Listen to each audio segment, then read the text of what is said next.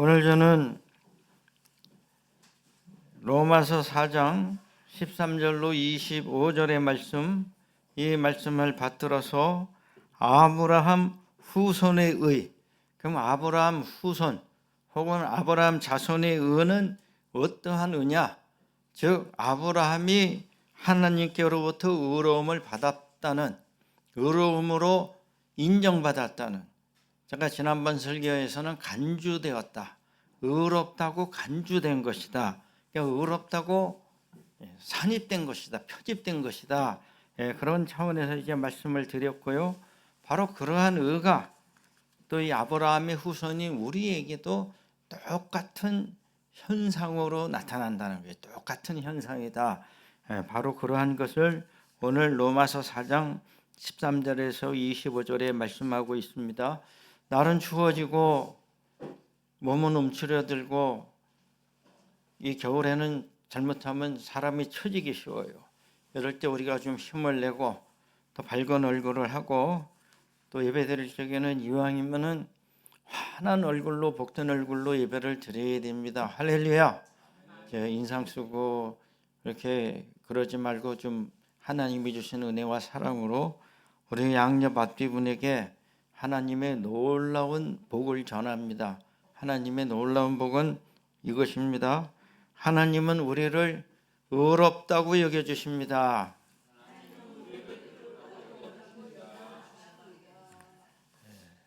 이게 중요한 것입니다. 또 우리 따뜻하게 손도 차갑고 서로 힘든데 따뜻하게 악수하면서 양녀 맏비분을 응원하시기 바랍니다. 당신이 옳다고 믿어주겠습니다.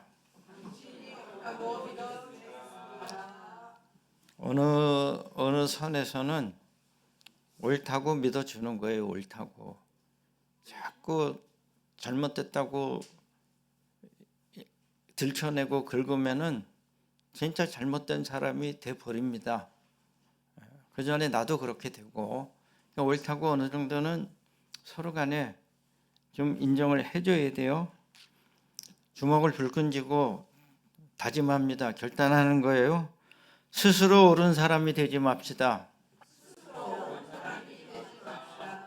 옳은 사람은 돼야 되는데 어떤 사람이 되지 말아야 돼요? 스스로 옳은 사람이 되지 말아야 돼요. 자, 여러분,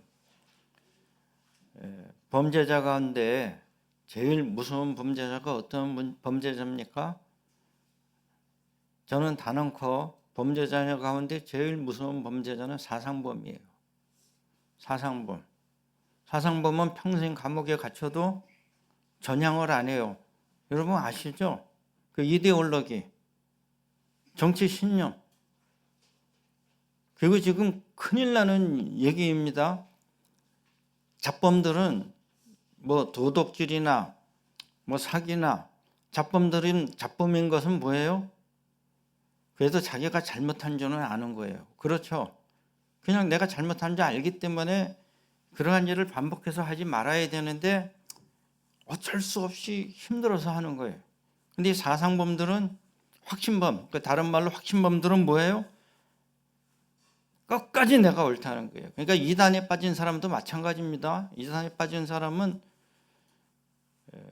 부부간에도 부모도 없고 형제도 없고 아무도 없어요.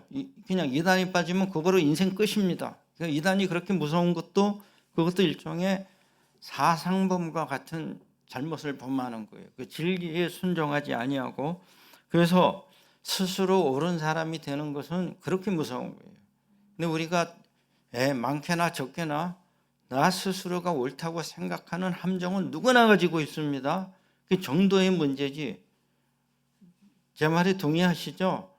내가 옳다고 스스로 생각하는 거는 다 가지고 있는데 이 정도의 문제인데, 이것이 너무 강해지기 시작하면은 이제 문제가 커지는데, 하나님 앞에서 스스로 옳다고 하는 자는 하나님의 심판을 다 면할 수가 없어요. 무서운 결과가 오는 겁니다. 그래서 우리가 오늘 본문의 말씀과 관련지어서 대단히 중요한 말씀이고, 자, 여러분, 아브라함의 지난주에 설교 말씀드렸습니다. 아브라함의 의는 믿음으로 말미암은 의고, 이 믿음으로 말미암은 의는 아브라함이 하나님을 믿음에 하나님이 그를 의롭다고 하셨어요. 창세기 15장에. 근데 이 하나님이 그를 의롭다고 하신 거는 진짜 의로워서가 아니라 의롭다고 인정을 해준 거예요. 그냥 간주하여 줬다. 그냥 산입되었다. 편입되었다. 지난주 설교에 말씀드렸고요. 그래서 오늘날의 우리의 의도 똑같은 현상이 반복되는 거예요. 우리도 하나님을 믿으면 하나님이 우리를 의롭다고 간주하여 주시는 거예요. 그냥 의로 편입을 시켜주는 거다. 이것이 대단히 중요한 거예요. 우리가 지난 주간에 이제 요한계시록 올해 말 요한계시록 경건과 승리 끝나가는데 요한계시록 22장 13절에 하나님에 대해서 말씀하실 때에 처음과 마지막이요 알파와 오메가가 되시며 시작과 끝이 되신 하나님이 계시록 22장 13절입니다. 처음과 마지막. 하나님은 시간으로 구분을 할 수 없다는 그 이야기예요. 시간으로 하나님을, 영원하신 하나님을 시간으로 구분 못 짓는 거예요. 그 알파와 오메가는 뭡니까? 자, 알파와 오메가는 어느 나라 알파벳이에요? 어느 나라 문자입니까? 그리스어죠. 네, 아무튼 헬라어. 그래서 오메가 시계, 저는 어릴 때 몰랐어요. 오메가 시계, 스위스 오메가 시계 맞죠? 왜 오메가라고 했을까? 그게 마지막 알파벳 철자입니다. 알파는 우리 하나님에도 알파 문구 있던데 처음이라는 거예요. 알파.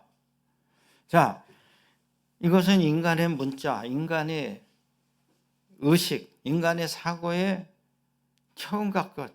우리 인간은 왜 생각을 하고 의식을 가지게 되었을까? 하나님이 이성을 주셔서 가능한 거예요. 하나님이 우리 인간에게 이성을 안 줬으면 우리도 다른 동물들처럼 그냥 살았을 거예요. 고양이처럼 살고 개처럼 살고. 왜 인간이 독특한가? 알파와 오메가를 주신 거예요. 그리고 시작과 끝이 되신다. 그러니까 모든 일의 시작과 끝, 우리가 마무리 못 집니다. 중요하죠. 시작도 잘해야 되지만 여러분 정말로 중요한 건 뭐예요? 마무리를 잘 지어야 돼요. 할렐루야. 그래서 여러분 시작은 누구나 의욕을 가지고 잘하지만 마무리를 잘 짓는 사람은 100에 하나, 100에 둘 있을까 말 거예요. 그게 어려운데 하나님은 시작과 끝이신데 이분 결국은 전능하신 분이 모든 것을 판단하시는 분이 최종적으로 하나님이 옳다고 하면 옳은 것이고 틀리다고 하면 틀린 것이다. 이러한 무서운 현상이 발생하는 겁니다. 이거는 믿음이 아니면 받아들일 수가 없어요. 그렇지 않습니까? 하나님을 믿지도 않고 신성 모독을 하는 사람이 그럼 하나님이 누구이신데 나를 옳다고 하고 그러다고 할 수 있습니까? 항의하면은 그 어떻게 하겠어요? 하나님이 당장 벼락을 내려서 죽이겠어요? 그러고 살다 죽는 겁니다. 근데 여러분 세상에서도 재판관이 얼마나 중요하냐면 재판관은 죄인도 죄인이 아니라 그럴 수 있고 물론 법의 테두리지만 또 재판관이 실형을 받을 사람을 그냥 집행유예도 해주고 심지어 무죄도 줄 수 있는 막강한 권세가 재판관에게 있더라고요. 또 여러분 우리가 이 세상 살아갈 때에 옳다고 간주하여 주는 일은 친한 개인 간에도 충분히 다반사로 발생하고 있습니다.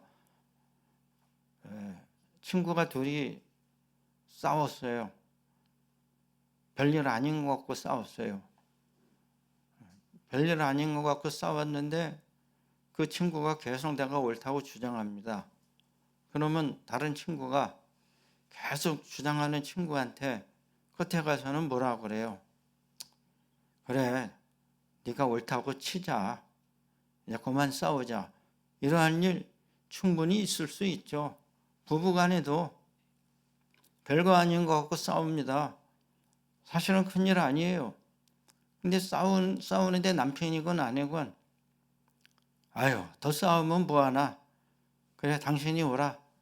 내가 틀렸어. 그냥 그만둡시다. 여기서 그러면 정말로 상대방이 옳은 거예요? 틀린 거예요? 상대방이 옳건 그르건 그냥 옳다고 내가 인정을 해주고 그만두겠다는 거예요.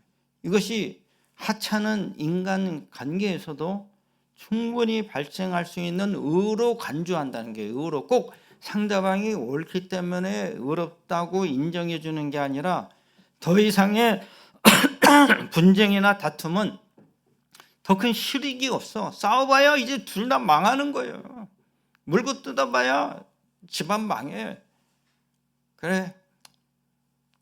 어떻게 보면 요새 애들 말로 쿨하게 당신이 오라. 그만둡시다. 더 말하면 뭐 하겠어요.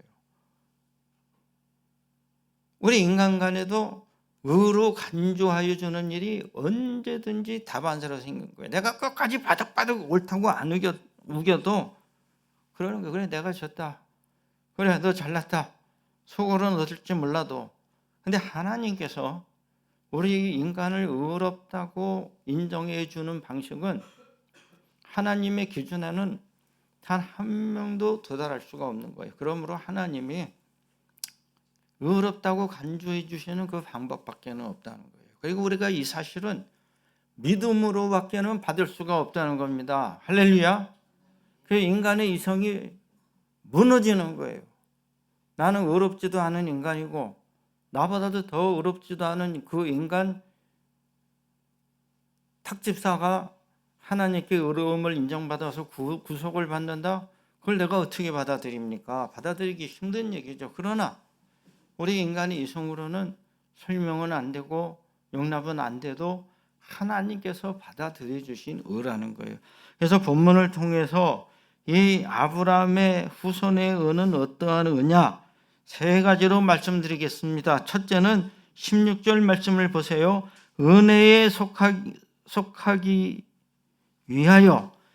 아브라함의 후손이 받은 의는 은혜에 속한 의예요. 은혜에 속한 의이다. 그러니까 하나님의 은혜에 속하기 위하여 믿음으로 받는 의예요. 그러니까 은혜로 의로워진다는 거예요. 은혜로. 여러분 이 사실이 믿어져야 되는 것입니다. 여러분 사람은 의로우려면은 첫째는 율법에 속해야 돼요. 율법. 자, 세상에서 의로운 사람은 율법을 잘 지키는 사람입니다. 법을 잘 지켜야 돼요. 맞아요? 틀려요? 율법을 잘 지키고 못 지키는 거는 법조문이 설명을 잘 해줍니다. 법조문에 그대로 명시적으로 나와 있어요. 이 사람이 법을 잘 지키는 사람이다, 못 지키는 사람이다는 기록된 대로 판정이 나는 거예요. 기록된 대로. 그 다음에 율법보다 더 근원적으로 의로운 사람은 어떠한 사람입니까? 양심이 바른 사람이에요. 양심이. 율법이 있건 없건 양심이 바른 사람은 바르게 삽니다. 할렐루야. 우리나라 말에는 재미있는 말이 있는데 그분은 부처님 가운데 토막 같은 분이야. 별로 저는 동의 안 하는 말이지만 그 기독교가 들어오기 전이에요. 부처님 가운데 토막 같다는 건 뭐예요? 그냥 뭐 노여움이나 또 뭐 역겨움이나 이런 거 저런 거 없이 이래도 좋고 저래도 좋고 그냥 법 없이도 살 사람이야. 그 법 없이도 산다는 건 뭐를 따라 살아간다는 거예요? 법은 없는데 양심이 바르니까 법이 필요가 없는 거예요. 양심이. 그러나 양심도 우리 인간의 편에서는 설명을 다 하는 겁니다. 자기 양심이 자기에게 설명하고 있어요. 이것이 바른지 그른지. 그래서 율법이나 양심은 인간에게 속한 거예요. 인간이 설명을 하는 겁니다. 근데 은혜에 속한 거는 하나님께 속한 거예요. 하나님은 설명을 안 하셔요. 인간의 설명을 초월하는 이 의이다.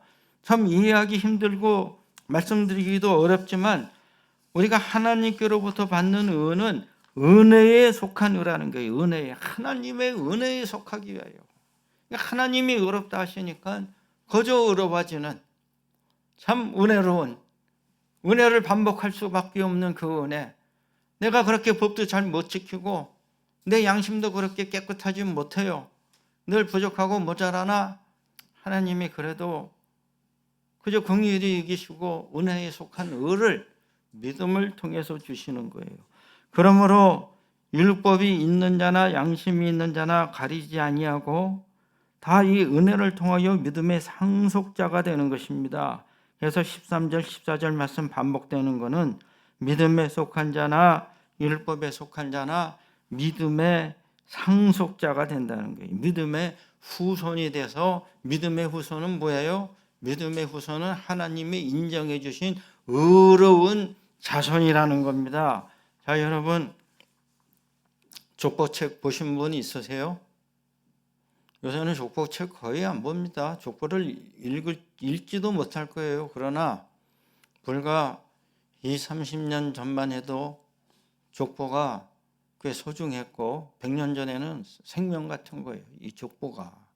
그래서 이 족보도 없는 누구가 저 족보도 없는, 이게 아주 격렬하는 말이 되는 거예요. 족보도 없이 저 집안은 어떻게 된 집안이냐, 이러한 말이 있는데, 그 율법이 있는 자나 양심이 있는 자나 가리지 않고 믿음의 상속자가 되는 것은 믿음의 족보책에 기록이 되는데, 믿음의 족보책에는 아무것도 써 있지가 않아요. 백지입니다.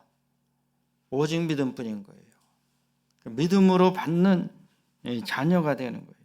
그래서 아브라함의 후손은 아무것도 안 써 있어요. 그 족보책에. 오직 믿음으로 주님께 나아가는 자는 아브라함의 후손이 되고 하나님께로부터 의로 인정을 받는 그 결과를 얻게 되는 것이다. 여러분, 세상에서는 아무리 잘해도 종이 아들이 됩니까? 안 됩니까? 잠언에도 나와 있죠. 종을 잘해주면 어떻게 해요? 아들인 채 하리라. 종을 잘해주면 좋은 종이 되어야 되잖아요. 열심히 일하는. 근데 종을 잘해주면 아들인 척하는 거예요. 또 여러분, 아들이 종이 될 수가 있습니까? 없습니까? 세상에서는 아들이 종이 되는 일은 거의 일어나지 않습니다. 그냥 태어나서 아들이 되는데 그걸 어떻게 끊어내겠어요? 그러나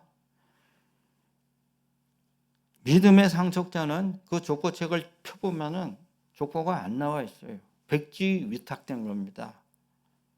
오직 영안이 열린 자만이 내가 아브라함의 자손인 것을 알고 믿게 되는 거예요. 할렐루야. 그래서 우리는 아브라함하고 피 한 방울도 안 섞였지만 아브라함을 믿음의 조상으로 또 믿음의 아버지로 부르는 그 믿음 생활을 하고 있는 것입니다. 끝으로 이 아브라함의 후손의 의는 무엇이냐? 하나님의 약속을 의심하지 않고 영광을 올려드리는 의이다. 영광을 올려드리는 의예요. 내가 오르면 어떻게 살아야 돼요?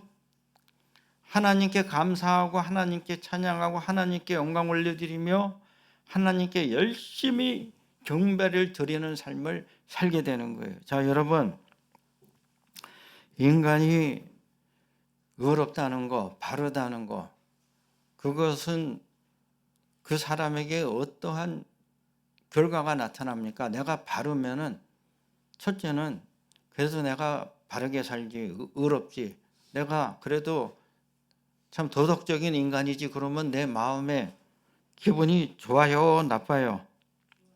기분이 좋아야 되잖아요.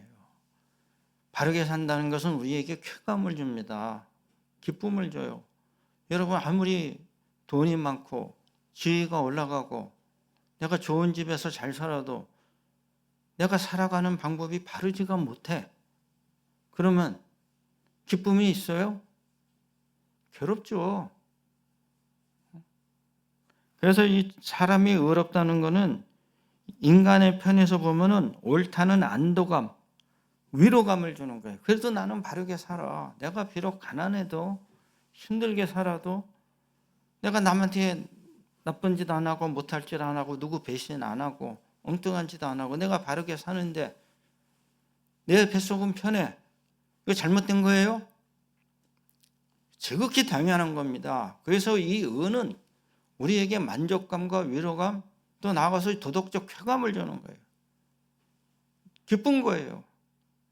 두 번째로 나아가서 내가 옳다는 거는 또 일종의 우월감을 줍니다. 여러분, 내가 도덕적으로 바르게 사는 것이 자랑스러운 일입니까? 수치스러운 일입니까? 자랑스러운 일이죠. 내가 바르게 사는데 자부심이 있어야죠.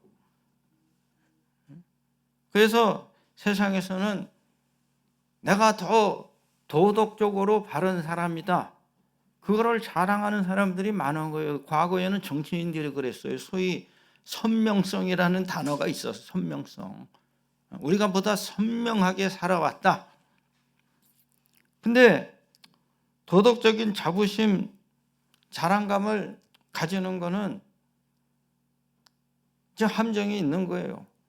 제가 설교를 준비하면서 좀 생각을 해봤는데 우리나라가 그저 1960년대로부터 민주화와 근대화를 둘 다 이루어 왔는데 맞습니까? 틀립니까?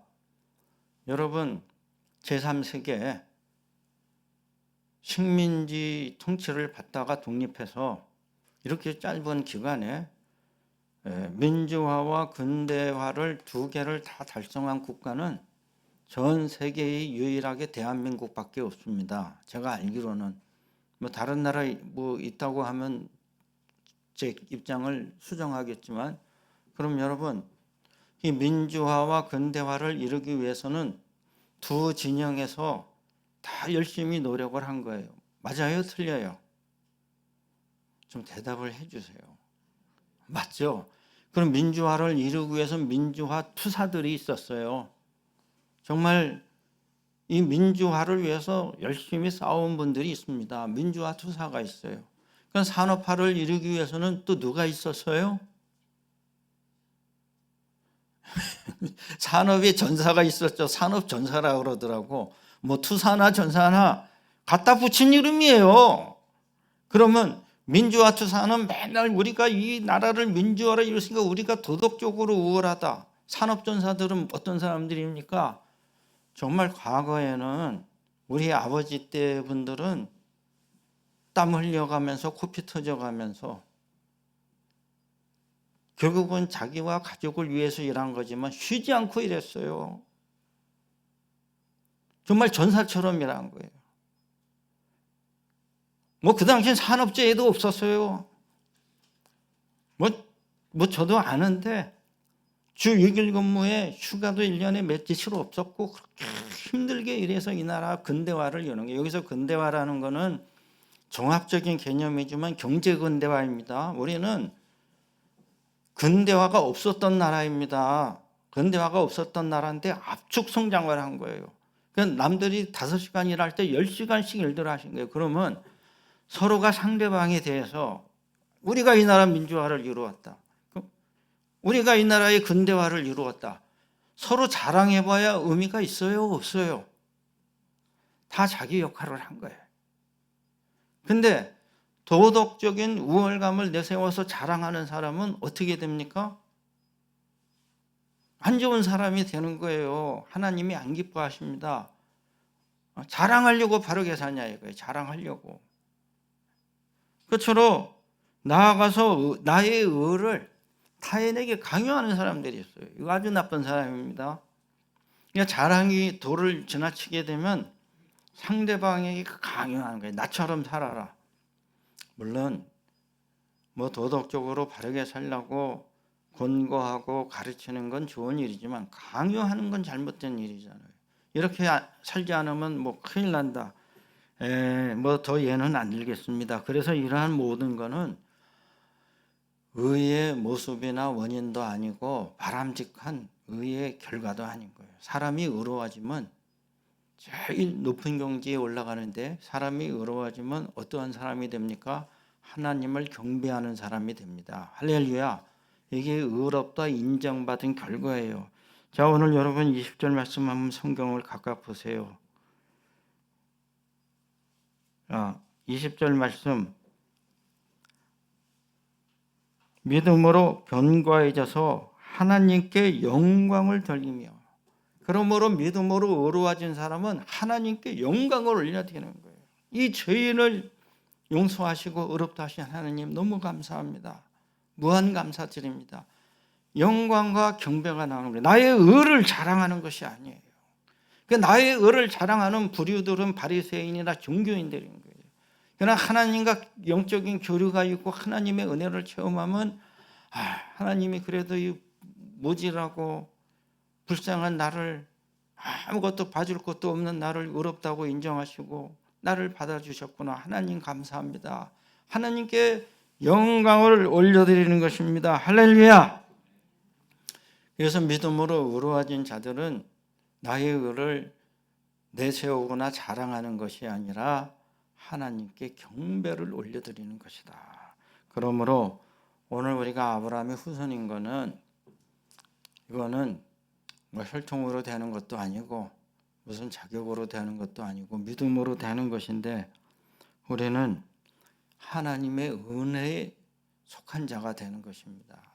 그래서 궁극적인 은은 은혜가 아니면 저나 여러분이나 이루어질 수가 없어요. 그래서 하나님의 은혜에 속한 의, 그래서 하나님께 영광을 올려드리는 우리 모두가 될 수 있기를 바랍니다. 기도하겠습니다.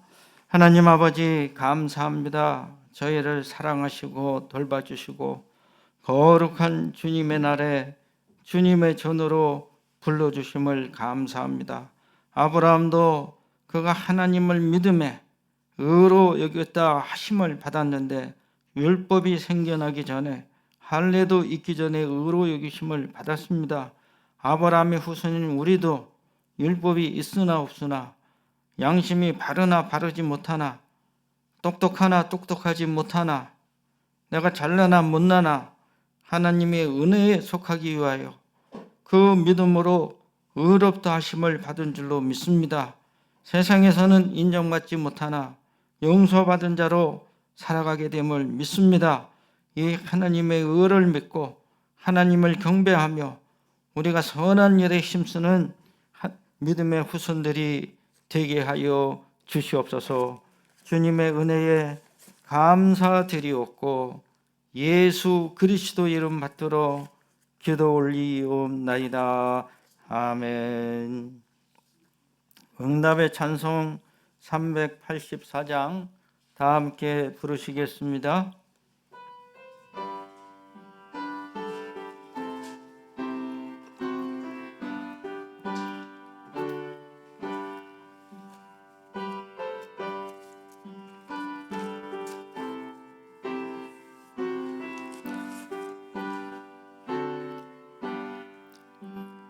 나의 갈 길 다가도록 예수 인도하시니, 내 주 안에 있는 거길 어찌 의심하리요.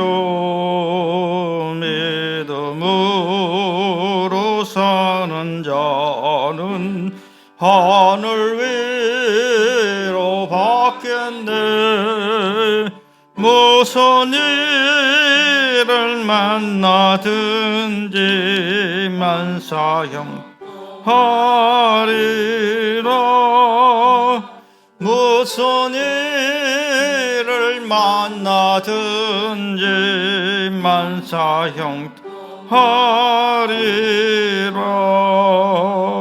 나의 갈 길 다가도록 예수 인도하시니, 어려운 일 당한 때도 족한 은혜 주시네. 나는 보다 나고 영혼 매우 가라나 나의 앞에 반석에서 샘물 나게 하시네 나의 앞에 반석에서 샘물 나게 하시네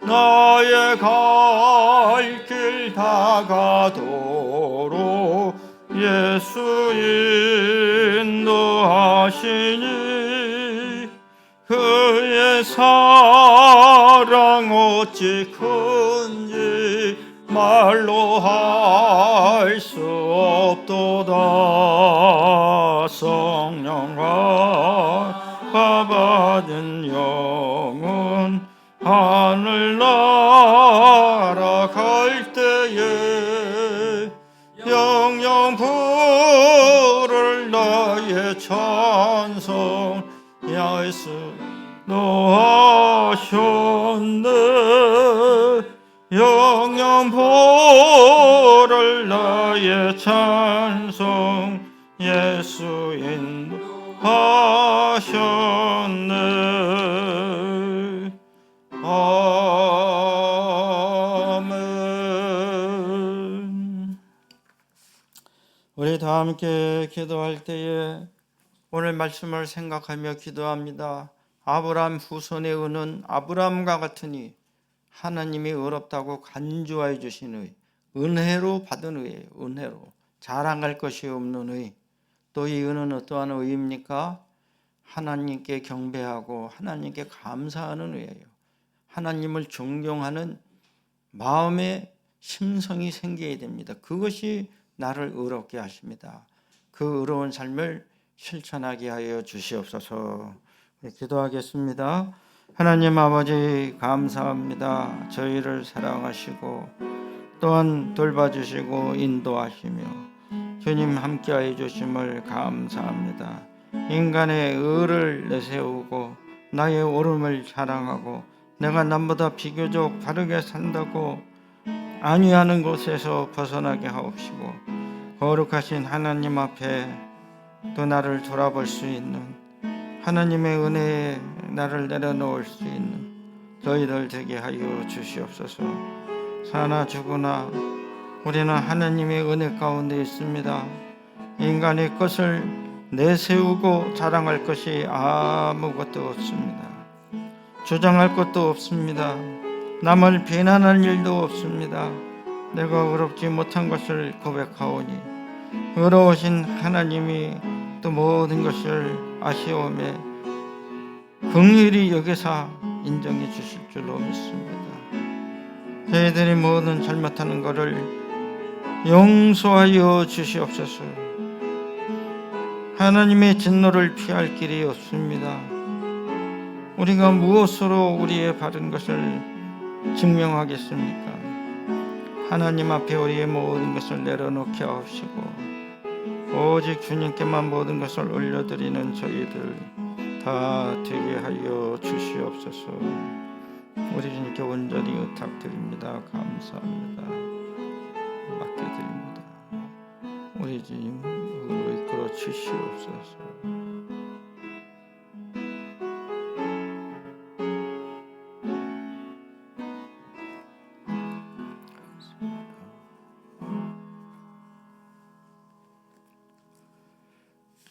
하나님 아버지 감사합니다.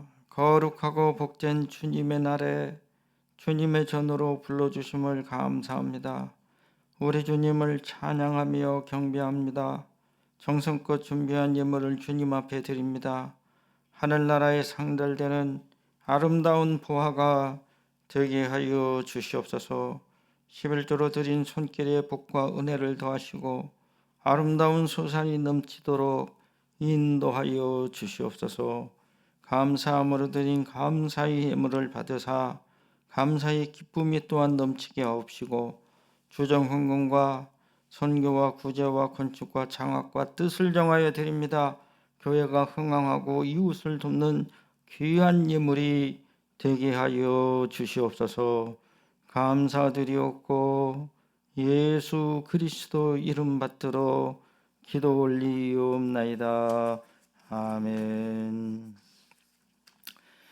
우리 주님의 은혜와 평강을 기원합니다. 이제 마지막 주 지나고 있는데요. 올해 교회의 표어는 범사의 그를 인정하라. 잠언 3장 6절의 말씀이었습니다.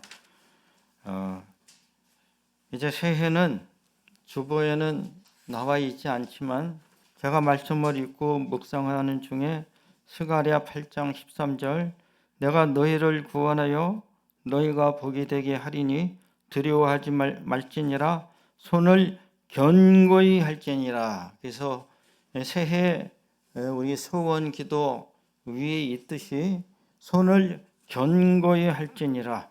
우리가 새해에는 손을 견고히 해서 믿음으로 열심히 일하고 또 믿음으로 복된 열매를 많이 거둘 수 있기를 부탁드립니다. 그리고 제가 사과의 말씀을 드리는 것은 그만 깜빡해가지고 A4 주보용지를 준비를 못했어요. 그래도 우리 한수경 집사가 실력이 좋은 건지 B5로 주보를 만들었어요. 이 주보가 이렇게 작아졌는데 또 작아져도 작아진 대로 또 예뻐요. 그 예쁜데 글씨가 좀 작아져서 저는 잘 안 보이는 좀 어려움이 있지만 또 그런 대로 괜찮습니다. 그저 여러분 양해를 부탁드리고요.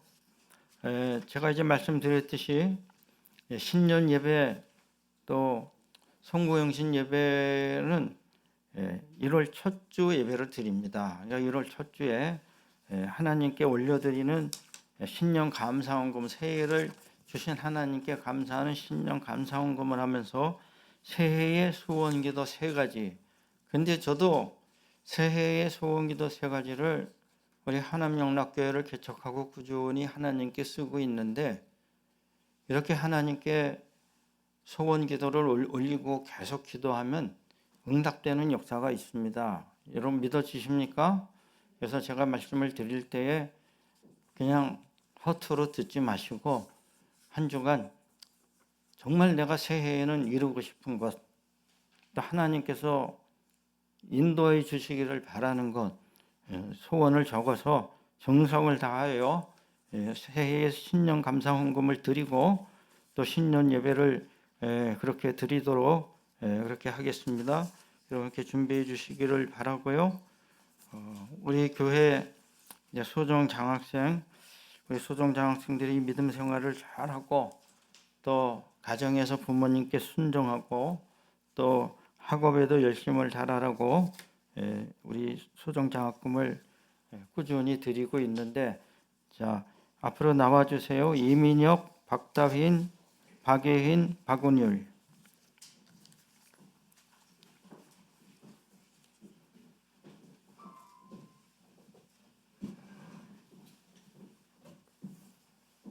이민혁, 박다흰, 박예흰. 오늘 원열이는 아주 좋았네. 열심히 잘해야지. 자, 뒤돌아서서 인사. 감사합니다.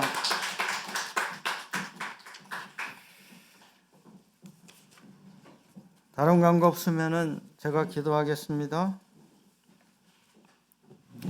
이제는 우리 주 예수 그리스도의 무한하신 은혜와 하나님 아버지의 극진하신 사랑하심과 성령님의 감동 감화 내주하시고 교통하여 주심이 하나님의 은혜에 속하기 위하여 믿음으로 의롭다 하심을 받아들인 사랑하는 성도들과 성도의 가정과 일터와 또한 주님의 몸된 교회 위에 이제로부터 영원히 함께 계시옵기를 간절히 축원하옵나이다. 아멘.